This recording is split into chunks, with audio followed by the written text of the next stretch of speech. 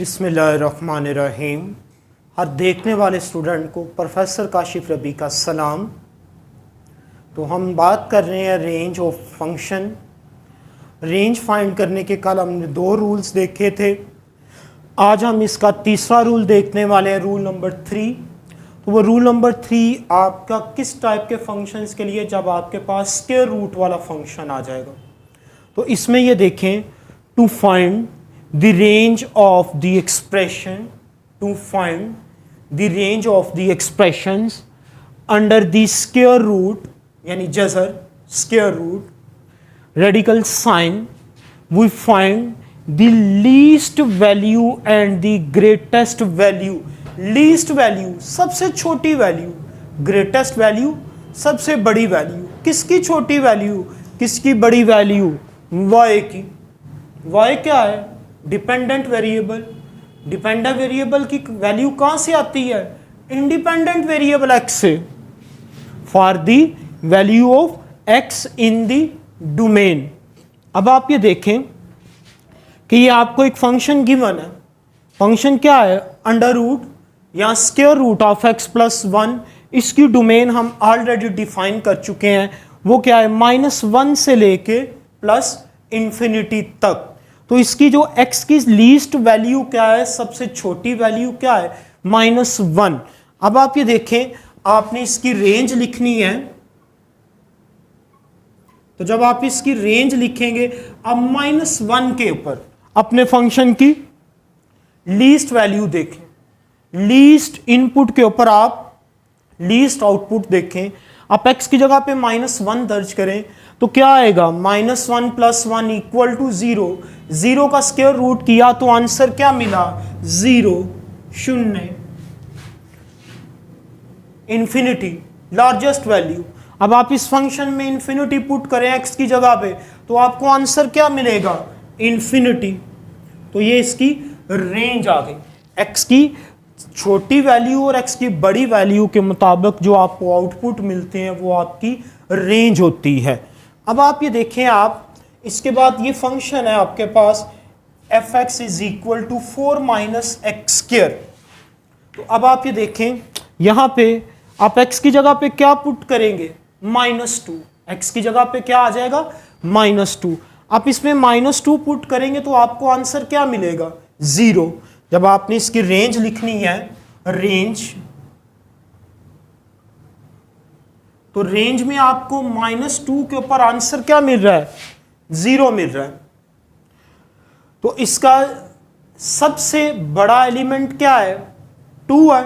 2 के ऊपर फिर आपको 0 मिल जाता है, यानी आपका लीस्ट पे भी आपका आउटपुट 0 रहा है और ग्रेटेस्ट इनपुट पे भी आपका आउटपुट 0 रहा है।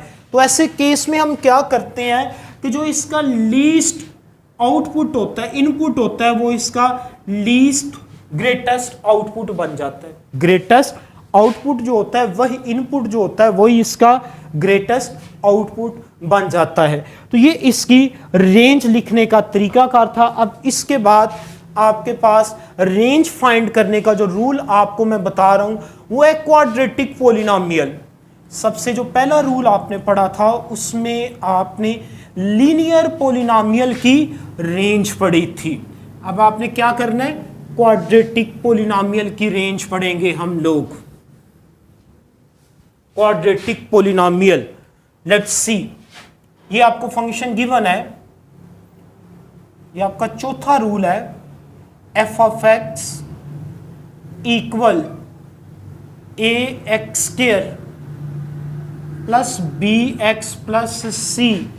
a is necessarily unequal to 0, क्योंकि a को जब आप अनइक्वल टू 0 करेंगे फिर ही आपके पास ये क्वाड्रेटिक फंक्शन रहता है। तो अब आपने इसकी रेंज लिखनी है। इसकी रेंज लिखने का तरीकाकार क्या है? अब a 0 नहीं है तो 0 की लेफ्ट पे अगर a वाक़या है तो फिर क्या होगा? नेगेटिव, <0। अगर a 0 की राइट साइड पे है तो फिर क्या होगा? Positive, a <0। तो इसकी रेंज लिखने का तरीकाकार ये होता है कि 4ac - b² / 4 ए आ जाएगा आपके पास।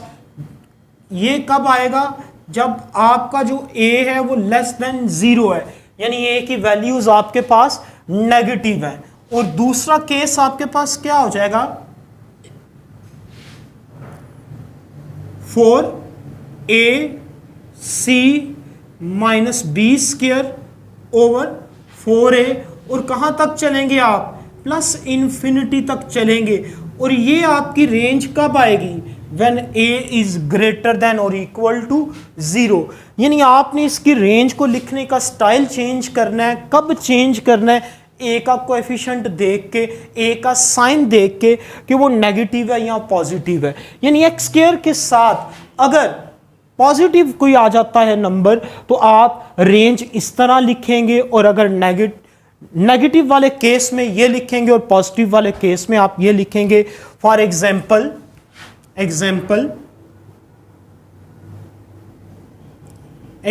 नंबर 1, इसमें हम लिखते हैं 2x square plus 3x plus 4। दूसरी एग्जाम्पल देखें आप इधर, f of x is equal to minus x square plus 2x plus 1। अब आपने क्या करना है? यहां पे ये 2 क्या है? पॉजिटिव है, तो ये वाला केस आ जाएगा रेंज।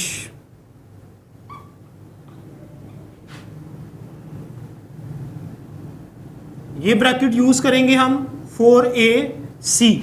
इसके मुताबिक आपके a की वैल्यू क्या है? 2, b की वैल्यू क्या है? 3, और c की वैल्यू क्या है? 4 है। 4ac, a की वैल्यू क्या है? 2, c की वैल्यू क्या है? फिर 4 माइनस b का स्क्वायर आ जाएगा आपके पास, और नीचे क्या आएगा? 4a। a की वैल्यू क्या है? 2। कहां तक मूव करना है आपने? प्लस इन्फिनिटी तक। ये इसकी रेंज हो गई। 16, 32 में से 9 गए तो बाकी क्या बचा? 23। ऊपर क्या आएगा? 23 ओवर 8। ये इसकी रेंज हो गई। अब आपने इसकी रेंज लिखनी है, तो इसकी रेंज लिखने का तरीका कर यह है कि इसमें माइनस इन्फिनिटी पहले आ जाएगा, फिर ये क्या आएगा? 4ac माइनस b का स्क्वायर ओवर 2a 4a। ये आ गई आपके पास इसकी रेंज। -8 -4 करेंगे तो क्या आएगा? -12 ओवर -4। तो क्या आंसर आ गया? +3। ऊपर -12 आ रहा है और नीचे, तो ये आपकी रेंज आ गई आपके इस फंक्शन की। ये रेंज फाइंड करने का केस था आपके पास जब आपको गिवन फंक्शन क्वाड्रेटिक हो यानी सेकंड डिग्री हो, तो उसके 2 केस बनते हैं जो आपके सामने रख दिए गए हैं। Thank you very much.